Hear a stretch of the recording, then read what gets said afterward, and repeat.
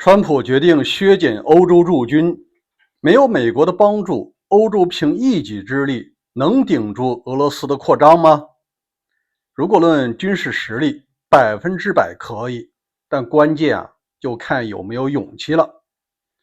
据12月5号路透社的独家报道，五角大楼的官员已经正式的通知他们欧洲的同行，在2027年，也就是2年以后，美国要撤回大多数的非核力量，海陆空天基本上都要回来。那欧洲感觉非常惊愕说我们这个时间段可能难以填补这个空白。但美国不会听这个解释的，原因是川普新发布的美国国家安全战略，他已经把重心挪到了美洲，而不是亚太和欧洲了。在这儿呢，我们就来盘点一下，如果说川普要撤回驻欧洲的美军，这个工程到底有多大，以及驻欧洲的美军战斗力有多强。首先呢，这个驻军它不光是陆军这么简单，总人数海陆空天合计是8万到10万人。除了人数再就是它的战斗机数百架，舰艇也是包含潜艇数百艘。你说这么大家业能撤就能撤得回来吗？还不一定。首先驻军最多的是德国，这个有一个历史原因，当时呢也是防止纳粹德国死灰复燃，主要驻扎在德国。第二呢是意大利，那意大利它当年也是这个二战的入侵国在当地驻军呢也是正常的。第三个是英国，第四呢是波兰，这几个国家就已经接近7万人了。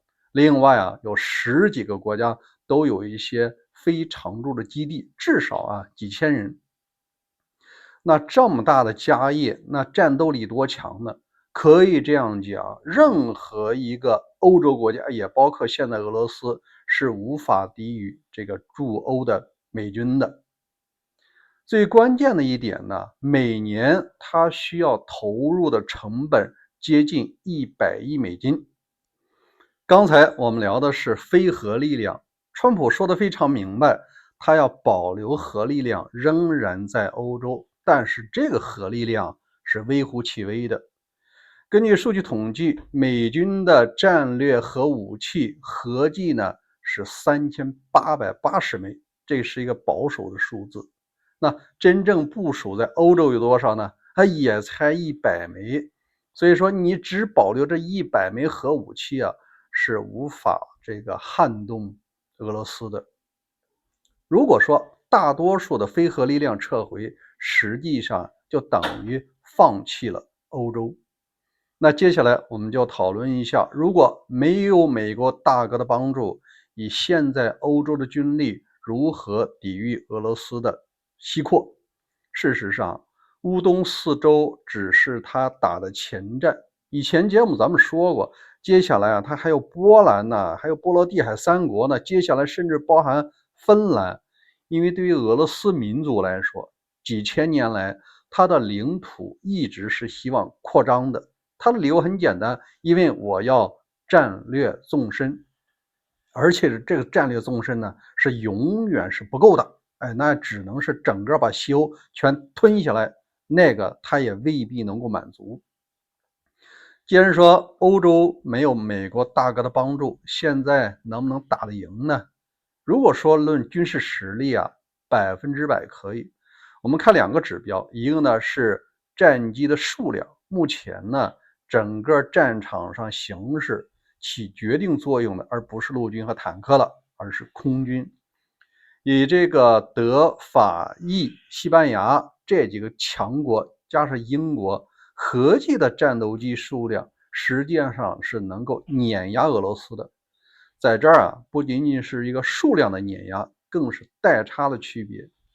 现在俄罗斯他讲的苏57实际上只是一个样机和概念，并没有出现在俄乌战场创造什么傲人的战绩。因为空军很清楚咱们那个东西严重依赖于西方的芯片。如果说西方的芯片断供了，那就是一个概念。如果万一摔下一架来，这牌子就砸了，以后还怎么卖给印度这些国家挣外汇呢？而事实上，昨天这个普京还在印度游说这个老仙儿，说你再买我点苏57吧。印度拒绝了，他也觉得这个东西呢可能是概念 OK， 但你缺乏芯片和零件，交付能力是个问题。以前我们说过，对于第4代战斗机，比方说 F-16，对于 F-22，它是多少？是1:22。就是你一架 F-22可以打20架，后来那个数字提升到了1:40，你40架这个 F-16都干不过一个 F-22，战力就这么大区别。所以说，美国的战斗机 F-35部署在了欧洲，如果说欧洲的数百架 F-35升空的话，全部的俄罗斯战斗机它都不够打。第二个，我们来分析一个现实的案例。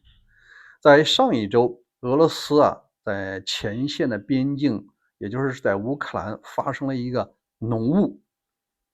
在清晨的时候，伸手不见五指，这能见度呢，也许只有几米。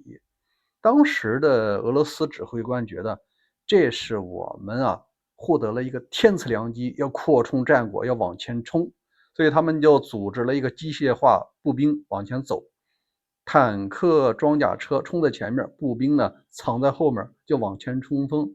他以为说大雾下你对方能看不到我呀，而且你无人机你也看不到实际上他还生活在二战的那个氛围当中。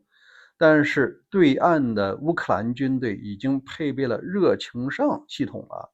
热成像系统它通过无人机的视角，包括对方的坦克观察员的视角，你看不清楚我但我能够看清楚你。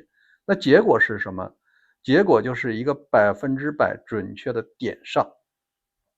现在这个乌方的反坦克导弹，它都是那种美国的标枪，发射完了不管，而且这标枪导弹呢，它是专门攻顶的。它提前锁定了目标以后，就已经输入到导弹头部的识别系统了。无论说你这个坦克跑得多快，都无法摆脱导弹的锁定。然后呢，它飞过去直接攻顶，啪，从上面几乎是90度砸下来的，专门攻击坦克的最薄弱环节。所以这次攻击所有的坦克车和这个坦克基本上是全军覆没。步兵也是损失惨重。通过这个案例，大家就清楚，俄罗斯虽然说常备军数量还可以，但是它的装备、包括战法、包括这个综合的军事素养，都和二战没有本质的区别。而现在的欧洲军队，即使没有美国的帮助，它也能够在实力上碾压俄罗斯。那现在问题在哪儿呢？就在于欧洲目前并不团结。如果真的出兵，东欧当然积极了，那是切肤之痛唇亡齿寒。但是中欧和西欧就感觉呢，一时半会儿俄罗斯还到不了我家门口，我能不能再等等？不愿意花这钱。当然北欧也很积极，你看芬兰瑞典都很积极，但南欧都觉得我离俄罗斯远着呢，他们未必能到我这儿。所以说领导人如何能够团结大多数？如果说实在是团结不了那你干脆就弄一个应对俄罗斯小的欧盟。